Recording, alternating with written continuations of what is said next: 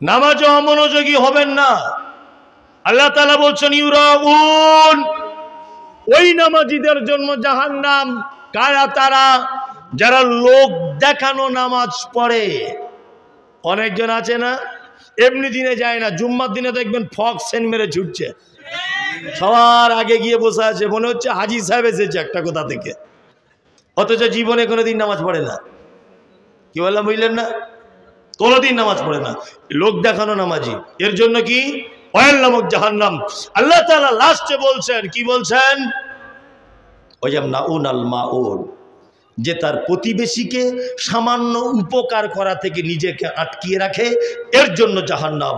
এই মমতাজুল ইসলাম, আপনার দেওয়ালে একটা কুঞ্চির বোঝা বা আমার সাইকেলটা টেক লাগিয়ে রেখে দিয়েছি, আপনি গিয়ে ছুঁড়ে ফেলে দিলেন, আপনার ঈমান চলে যাবে। আল্লাহ নবী বলেছেন প্রতিবেশীর সঙ্গে অসৎ ব্যবহার করা যাবে না। আর আল্লাহ এখানে বলছে ওয়ায়ামনাউন আল মাউন, প্রতিবেশীকে সামান্য কিছু উপকার করা থেকে কখনো নিজেকে আটকে রেখো না। সাইকেলে হাওয়া দেয়, ওটার নাম কি? বাম্পার? ও পাম্পার, পাম্পার, বাম্পার বলে হয়তো এদিকে। পাম্পার, পাম্পার, পাম্পার আপনার বাড়িতে একদিন আনতে গেলাম, সোহেল ভাই পাম্পারটা একটু দেন না, হাওয়া দিব। তা সোহেল তখন বলছে পাম্পারের ওয়াশারটা নষ্ট হয়ে গেছে, অথচ কিছুই হয় নাই। কি বললাম বুঝলেন না? অথচ কিছুই হয় নাই। আমার বাড়িতে কল নাই, তা আপনার বাড়িতে আমার বউ দুদিন পানি আনতে গেছে, তা আপনার বউ মিষ্টি করে বলছে, বুবু আজকে দুদিন ধরে পানি নিচ্ছ, আর আসিও না আমাদের কলে। বলছে কেন? বলছে কল খারাপ হয়ে যেতে পারে। ওদের বাড়ির 40 জন লোক দিন রাত কলটা ধরে চাপাচাপি করছে, তখন খারাপ হয় না, আর আমার বউ দুদিন গেছে খারাপ হয়ে যাবে? হ্যাঁ, ঈদের দিন আমি একটা গরু কিনেছি, কুরবানি দেবো, আমার বাঁধার জায়গা নাই, তা আপনার খামারে 4-5 দিন বেঁধেছি, তা আপনার বউ রাতের বেলা শুয়ে শুয়ে বলছে মমতাজুল হুজুর আমাদের খামারে গরু বাঁধছে, মনে হয় জায়গা দখল করে নিবে। আরে হুঁসমোটা পুরুষ মানুষ সকালবেলা কুঞ্চি নিয়ে জায়গাটা ঘিরে দিয়েছে। আল্লাহ তাআলা নিজে বলছেন ওয়ায়ামনাউন আল মাউন, যারা প্রতিবেশীকে অল্প জিনিস উপকার করা থেকে দূরে থাকে, এদের জন্য জাহান্নাম। কি বললাম বুঝলেন? পানি আটকায় না অনেকজন, হ্যাঁ আটকায় কি আটকায় না? প্রতিবেশীর সঙ্গে কেমন ব্যবহার? মসজিদের বাথরুম ঘর হচ্ছে, আমি বাস্তববাদী লোক, মসজিদের বাথরুম ঘর হচ্ছে, এক হাত জায়গা একটু যদি ছেড়ে দেয় জমি মালিক, ভালো করে হয়, ওকে বারবার বলছে ছেড়ে দাও, বলছে ছাড়বই না। এমন গরম দেখাচ্ছে মনে হচ্ছে ওর কবর হবে ওইখানে। কি বললাম বুঝলেন না? গরিব মানুষ দ্বিতীয় ফন্ডে জমি কিনেছে, প্রথম ফন্ডের মালিককে বলছে ভাই 3 ফুট জায়গাটা দাও, বউ বাচ্চা নিয়ে থাকবো, প্রথম ফন্ডের দাম বেশি কিনতে পারিনি, একটু 3 ফুট রাস্তা দাও। 4 লাখ টাকার জমি, দাম চাইছে 23 লাখ, যাতে কিনতে না পারে। এই তো আমাদের চরিত্র, চরিত্র নয়? ওই যে পরশু দিন দেখবেন বেলচে, বুঝেন বেলচে না কি বলে আপনাদের এখানে?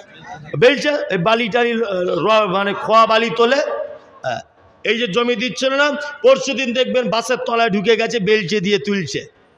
মামু কি অবস্থা হলো? প্রতিবেশীর সঙ্গে অসৎ ব্যবহার করে অবস্থা কি হলো? প্রতিবেশীর সঙ্গে অসৎ ব্যবহার করে আল্লাহ নবী বলেছেন আল্লাহর তরফ থেকে বিপদে ফেলে দেওয়া হবে। কেউ যদি প্রতিবেশীর পিছনে লাগে, তা আল্লাহ তার পিছনে লেগে যায়। লাভ হলো না ক্ষতি হলো? ক্ষতি হলো। কেউ বুঝি আমরা? কেউ বুঝি না। তাহলে জাহান্নামে কারা যাবে? আল্লাহর কোরআন দিয়ে বলে দিলাম। মানবেন না মানবেন আপনার নিজস্ব ব্যাপার। 11টা 10 বাজে, 11:30 পর্যন্ত আমি চলবো, চলুন। 12টা করিয়েন, চুপচাপ মেরে থাকুন। আপনাদেরকে কিছু জান্নাতে যাবার আমল বলে দিই। শুধু যদি জাহান্নাম বলি মানুষ ভয় খেয়ে যাবে, তাই না? জান্নাতে যাবার বলে দিই, বলে দিই। 1, দুল্লানি আলা আমালিন ইদা আমিলতাহু ফাদাখালতুল জান্নাতা ক্বালা তা'বুদুল্লাহ ওয়ালা তুশরিক বিহি শাইআ ওয়া তুকিমুস সালাতিল মাকতুবাতা ওয়া তুতিজ যাকাতিল মাফরুজাতা ওয়া তাহুজ্জাল বাইত। একজন ছেলে বিশ্ব নবীকে সে বলছেন, ও দয়ার নবী গো, আমি একজন কনভার্ট মুসলমান, এইমাত্র টাটকা ঈমান নিয়ে এসেছি, আপনি দয়া করে আমাকে এমন কিছু আমলের কথা বলে দেন যে আমলটা করলে আমি জান্নাত চলে যাব। বিশ্ব নবী এক নম্বরই বললেন তা'বুদুল্লাহ, তুমি আল্লাহর ইবাদত করবে, আল্লাহর গোলামি করবে। গোলামি কার করতে হবে? দুই, ওয়ালা তুশরিক বিহি শাইআ, জান্নাত যদি যেতে চাও শিরক করো না। জান্নাত যদি যেতে চাও কি শিরক কাকে বলে? সহজ ভাষায় বুঝে নেন, আল্লাহ যে ক্ষমতা আছে এই ক্ষমতা পৃথিবীর অন্য কারো আছে এইটা মনে করা শিরক। রুজির মালিক, হায়াত মাউতের আল্লাহ, সমস্ত কিছুর মালিক কে?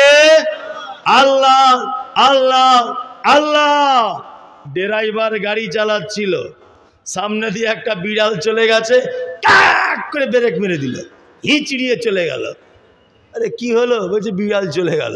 বলছে বিড়াল তোমায় কি করবে? বলছে না, বিড়াল গেলে নাকি গাড়ি অ্যাক্সিডেন্ট হয়। তোকে কে বললো রে বিড়াল গেলে গাড়ি অ্যাক্সিডেন্ট হয়? গাধা কোথাকারে। দোকান করেছে, সকালবেলাতে কেউ 5 টাকার ঝালমুড়ি নিতে গেছে, তা বলছে ধারে হবে না, বৌনিবেলাতে। বলছে কেন? বলছে তাহলে সারাদিন আজকে বেচা কেনা খারাপ হবে। বলে না? হ্যাঁ, বৌনিবেলাতে ধার দিলে বেচা কেনা খারাপ হবে। ও কি রুজির নিজে মালিক নাকি? হ্যাঁ, সকালবেলাতে মাল নিতে গেছে দোকানে, বলছে দাঁড়াও একটু ঝাড়ু দিয়ে দিই আর ধূপটা জ্বালিয়ে দিই। গোবর আর কাঠের গুঁড়া দিয়ে ধূপ তৈরি হয়। ও ধূপ তোমার কি উপকার করতে পারে?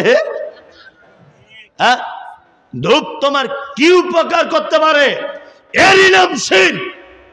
রুজির মালিক কে? আল্লাহ। আল্লাহ। ইমাম সাহেবের কাছে গিয়ে বলছে, ইমাম সাহেব, তা কি বলছেন?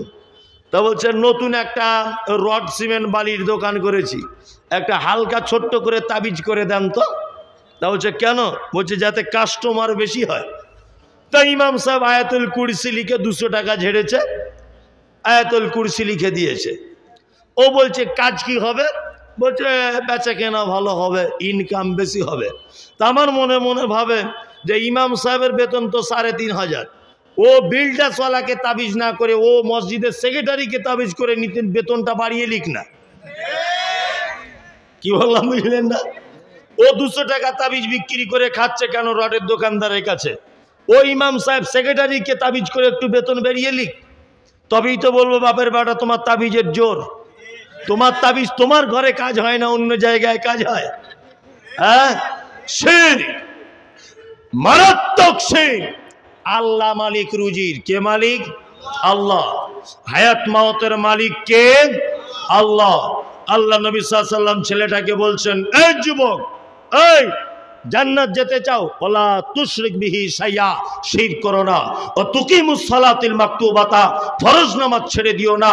ও তুতিজ যাকাতিল মাফরুজাতা, যাকাত থেকে বঞ্চিত হয়ে যাও না।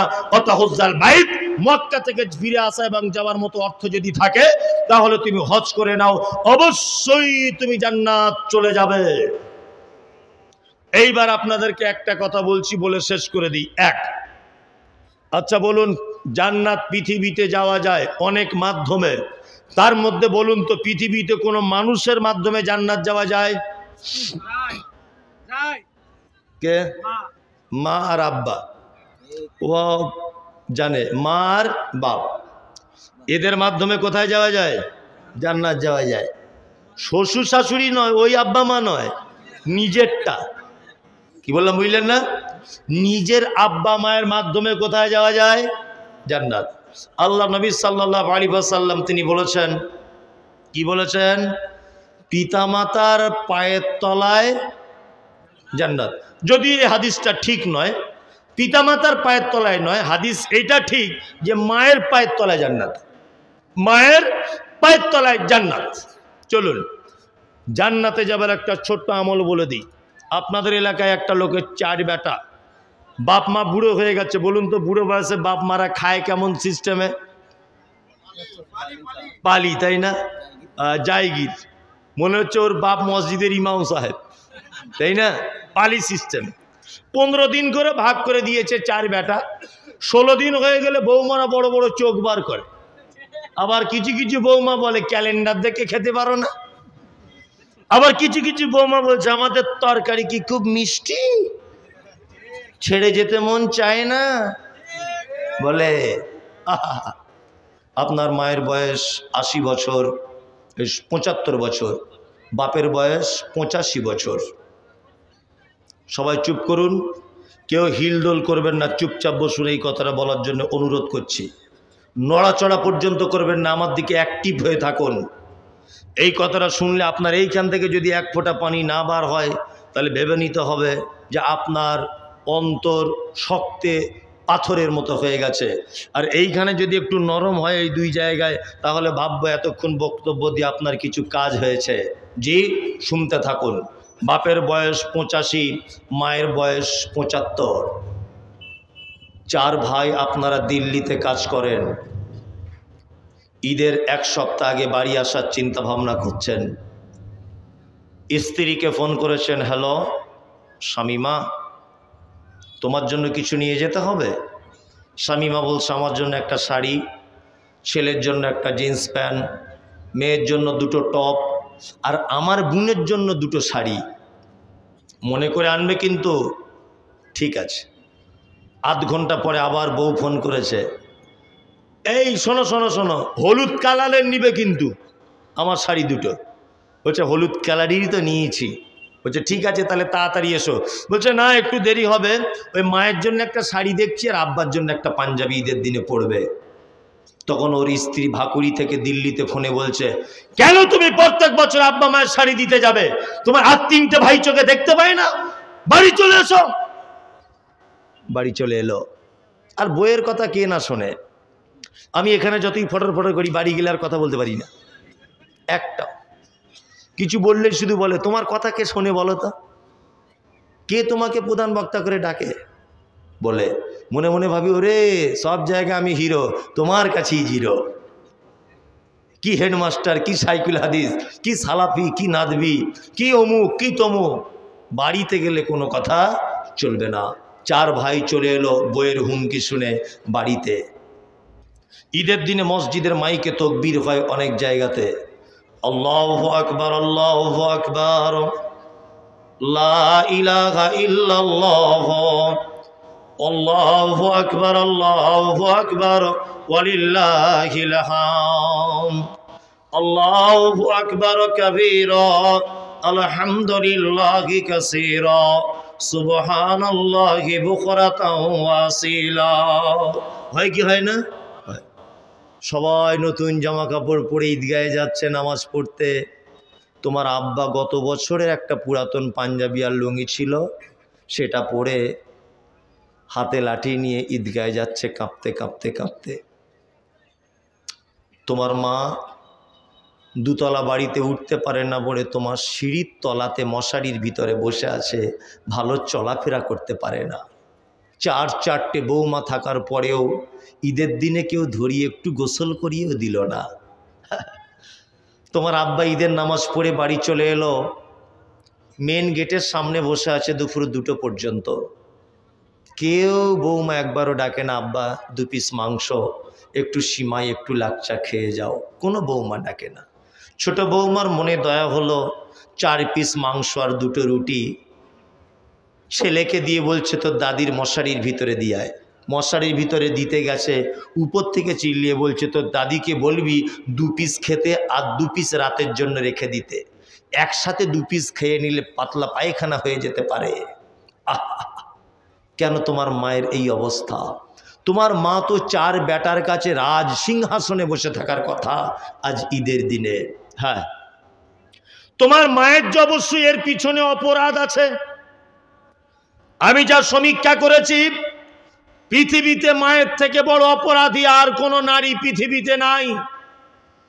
পৃথিবীতে বাপের মতো বড় অপরাধ পৃথিবীতে কোনো পুরুষ মানুষ করে নাই। তাই ঈদের দিনে তুমি তোমার বউ, তোমার বেটা, তোমার শালা, তোমার শালী, তোমার প্রতিবেশী সবাইকে তুমি আনন্দ উল্লাসে মেতে গেছো, তোমার আব্বা মাকে ভুলে গেছো। শোনো, তোমার মায়ের অপরাধগুলো একটা একটা করে বলি। তোমার মা ভাকুড়ি অঞ্চলের এই গ্রামের একজন মহিলা, পর্দারাসীন মেয়ে, জীবনে কোনো পরপুরুষের মুখ দেখায়নি, আজও পর্যন্ত দেখা দেয় না। কিন্তু তোমার মতো বদমাশ ছেলেকে জন্ম দিতে গিয়ে বহরমপুর জেলা হাসপাতালে পরপুরুষ ডাক্তারের সামনে তোমার মা বেলাউজ সায়া কাপড় খুলে নিজের লজ্জাস্থান দেখিয়ে পরপুরুষ ডাক্তারের কাছে তোমাকে জন্ম দিয়েছে। এটা তোমার মায়ের জীবনের প্রথম নম্বর বড় অপরাধ। যে তোমাকে জন্ম দিতে গিয়ে যে মা পরপুরুষের সামনে মুখ দেখায় না, সেই মা পরপুরুষের সঙ্গে নিজের লজ্জাস্থান দেখাচ্ছে তোমার মতো বদমাশ ছেলেকে জন্ম দেওয়ার জন্য। এটা তার জীবনের 1 নম্বরের বড় অপরাধ। 2 নম্বরের বড় অপরাধ, তোমার মায়ের মাথার চুল কালো কুচকুচে, হাঁটু পর্যন্ত দোলে। তোমার মা চরমা অপরূপা সুন্দরী। তোমার মাকে দেখে কোনজন? পাড়ার অন্যান্য মেয়েরা তোমার মাকে দেখতে আসে। বুবু, তোমার চুলগুলো দেখি, কেমন করে মেনটেন্স করো, কেমন করে তেল লাগাও, কেমন করে শ্যাম্পু করো। তোমার মায়ের কালো কুচকুচে হাঁটু পর্যন্ত দোলানো চুল। তোমার মতো বদমাশ ছেলেকে পৃথিবীতে আনার জন্য হসপিটালের বেডে লাল রক্তেতে কালো হাঁটু পর্যন্ত দোলানো চুল জমাট বেঁধে গিয়েছিল। এটা তোমার মায়ের 2য় বড় অপরাধ। 3য় বড় অপরাধ, ডাক্তার বাবুরা বলেছে নরমালে বাচ্চা হবে না, এমার্জেন্সি সিজার করতে হবে। পেটের ভিতরে বাচ্চা আড়াআড়ি লেগে গেছে। তোমার মায়ের বয়স যখন 16 বছর, তোমার মা তখন টিটিনাস ইনজেকশন নিতে ভয় করত।